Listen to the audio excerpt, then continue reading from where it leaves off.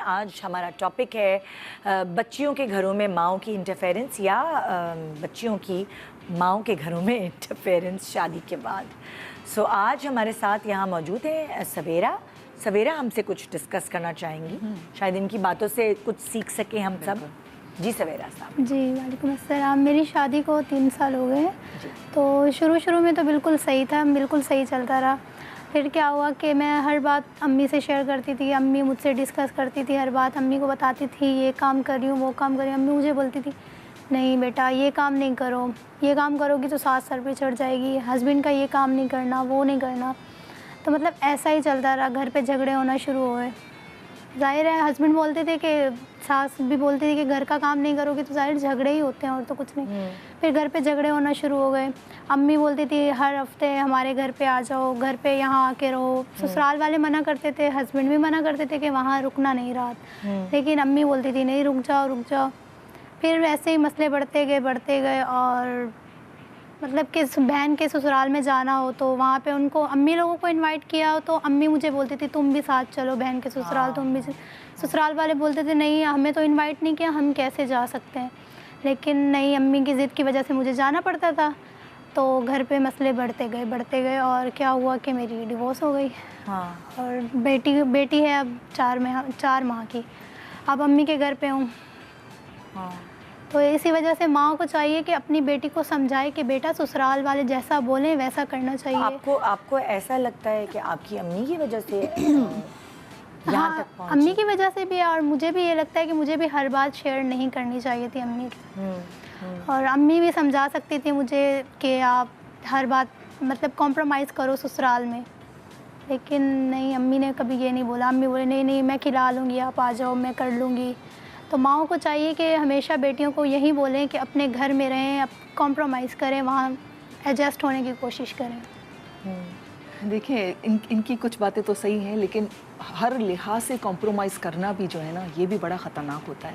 मैं मतलब कि क्या बताऊँ, एक इंसिडेंट मेरे सामने भी आया कि एक बच्ची जो है, उसका हस्बैंड उसको 15 साल तक मारता रहा और उसकी माँ जो है उसको पता ही नहीं था।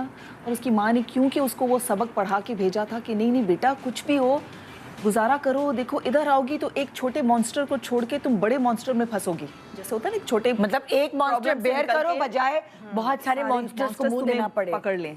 तो वो बातें जो है वो उस बच्ची के दिमाग में थी कि नहीं मुझे कुछ भी करके रहना है। एक बच्चा हो गया, उसकी माँ ने कहा नहीं दूसरा बच्चा होगा ना, थोड़ी जिम्मेदारियाँ पड़ेंगी, सही हो जाएगा। दूसरा बच्चा हो गया, तीसरा बच्चा हो गया, चौथा बच्चा हो गया। बेचारी ने इतने बच्चे पैदा कर लिए कि अब वो अकेली अगर सोच रही है कि मुझे ये मारे नहीं खानी, मुझे डिवोर्स लेके अपने बच्चों को पालना है, तो वो पाल भी नहीं सक रही है क्योंकि वो उस तरह से अर्निंग ही नहीं थी उसकी, वो फाइनेंशियली इतनी स्ट्रांग ही नहीं थी वो बच्ची। फिर एक दफ़ा क्या हुआ कि उसकी माँ ने देख लिया अपनी बच्ची को बहुत ही ब्रूटली पीटते हुए, कि उसका जो दामाद था वो शायद बाइपोलर था, क्या था। जब उसकी माँ ने अपनी आंखों से देखा कि ये तो मेरी बच्ची मर भी सकती है जिस तरह से उसको मार रहा है, तब वो उसकी माँ खुद उसको पकड़ के ले आई।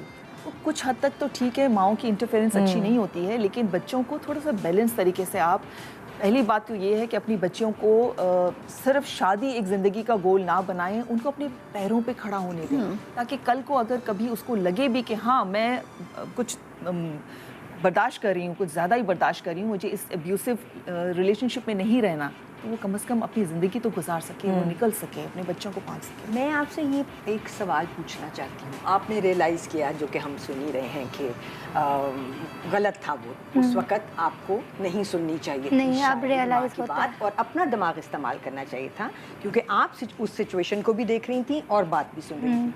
और आपकी अम्मी जो थी वो सिर्फ एक साइड की कहानी सुन रही थी, जो कि आपकी साइड थी। और जाहिर है कि उस वक्त आप जब भी अम्मी में जाके अपने दिल का हाल कहती होगी, अपना दुख बताती होगी, तो उस वक्त आप इतनी दुखी होती होगी, किसी भी वजह से ऐसे मौके आते रहते हैं शादीशुदा ज़िंदगियों में इंसानों की, तो उस वक्त अम्मी का दिल रस जाता होगा और वो जो कहती थी वो उस वक्त के लिहाज से ठीक होता होगा, सिर्फ एक पॉइंट ऑफ व्यू सुन के, ठीक है।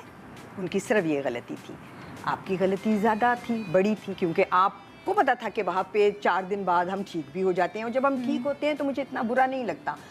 अगली दफ़ा मैं अम्मी को नहीं बताऊँगी, मैं खुद टैकल करूँगी। एनीवेज़, आप तो रियलाइज़ कर रही हो कि मेरे से गलत हो गया, अम्मी रियलाइज़ कर रही हैं नहीं। अम्मी क्या कहती हैं कि बहुत अच्छा किया छोड़ दिया? हाँ क्योंकि आपने अभी भी ये बात जो आज आप यहाँ हाँ, बैठ के बता कह रही हो कि इतना बुरा होता नहीं था जितना उस वक्त मुझे लगता था, या आपको आज लग रहा है कि जब अम्मी मुझे कहीं जाने का कहती थी जबकि मेरी ससुराल इनवाइटेड नहीं होती थी तो गलत था, आज आपको रियलाइज़ हो रहा है, उनको अभी भी नहीं हो रहा रियलाइज़?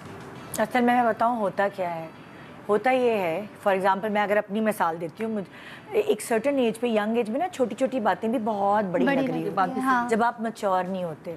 तो अगर मुझे कुछ ऐसा लगता था और मैं जाके अपनी अम्मी के पास रोती थी ना, उस वक्त तो जज्बाती होती थी, तो रो रो के बताती थी। मेरी अम्मी क्योंकि उन्होंने दुनिया देखी थी, वो बहुत मैच्योर खातून थी, तो उनको पता था कि ये इस वक्त रो रही है, तो वो मेरे चुंगल में नहीं आती थी, माएँ चुंगल में आ जाती है ममता के।